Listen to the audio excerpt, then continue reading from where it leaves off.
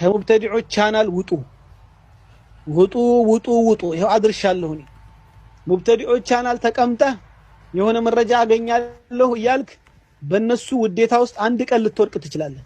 አንድ ቀን መርዝ ሹብሃታቸውን ጠብ ሊያደርጉብህ ይችላል። ኦኬንን ሰላመቱ ላይ عندي شيء ሰላም ሆነ ብትኖር ይቻላል። ሙብተዲዖችን ቻናል አትከታተል። ሙሃደራቸውን አጥፋ አውጣ። ኪታቦቻቸው ቶሎ መቃጠል ነው ያለባቸው ይላል ኢብኑል ቀይም ታውቃላችሁ። ለዛ ነው ከዓብ ኢብኑ ማሊክ ከዛ ንጉስ ደብዳቤ ሲመጣለት ወደኛና ምናምን የሚለው ቆይ እስቲ ሁኔታውን ሊየው ምናልባት ልሄድም እችላለሁ ምናምን አላለም። ምን አለ? ተየመምቱ ቢሃ አተኑር ወዲያ ወደ እሳት هكذا كعب ምክንያቱም ይሄው ሰለፎቻችን ፊትና ይፈሩ ነበር። ከዓብ ኢብኑ ማሊክ ደብዳቤ ተጻፈለት ና የሚል አሁንም ጥሪ ሊያረግልህ ይችላል። ውስጥ ለውስጥ ሊወሰውስህ ይችላል።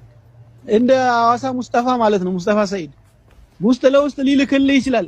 አይማዎችን የሱና ዑለሞችን የሚያንቋሽሹ ሰዎችን አንዳንድ አገኘው የሚሉትን ያኒ የተቆራረጠ ድምጽ ምናምን አድርጎ ሹብሃት ሊለቅብህ ይችላል። እንደዚህ አይነቱ ሰው ምንድነው ማድረግ ያለብህ? በጊዜ ብሎክ አድርገህ ታሰናብተዋል። እነዚህ የውስጥ መስመር ወስዋሶች ናቸው። ከዚህ በፊት አንድ ጽሁፍ በዚህ ዙሪያ ጽፌ ያለው የውስጥ መስመር ወስዋሶች ተጠንቀቁ። ከነሱ ጋር አላቃህን ቆረጥ ቶሎ ሸረኛ ነው። በዚህ መልኩ አንተ ልትቋቋሙ አትችልም። ያልሆነ ወሬ ሁሉ ያመጣልሃል። አትስማው።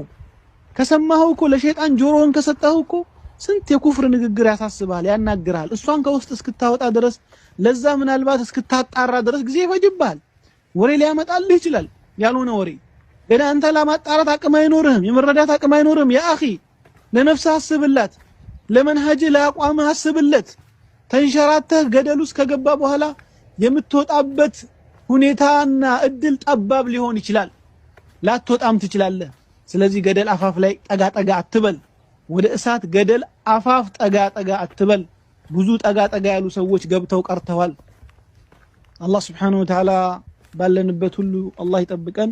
ቀጣዩን በሚቀጥለው የምናየው ይሆናል። ወላሁ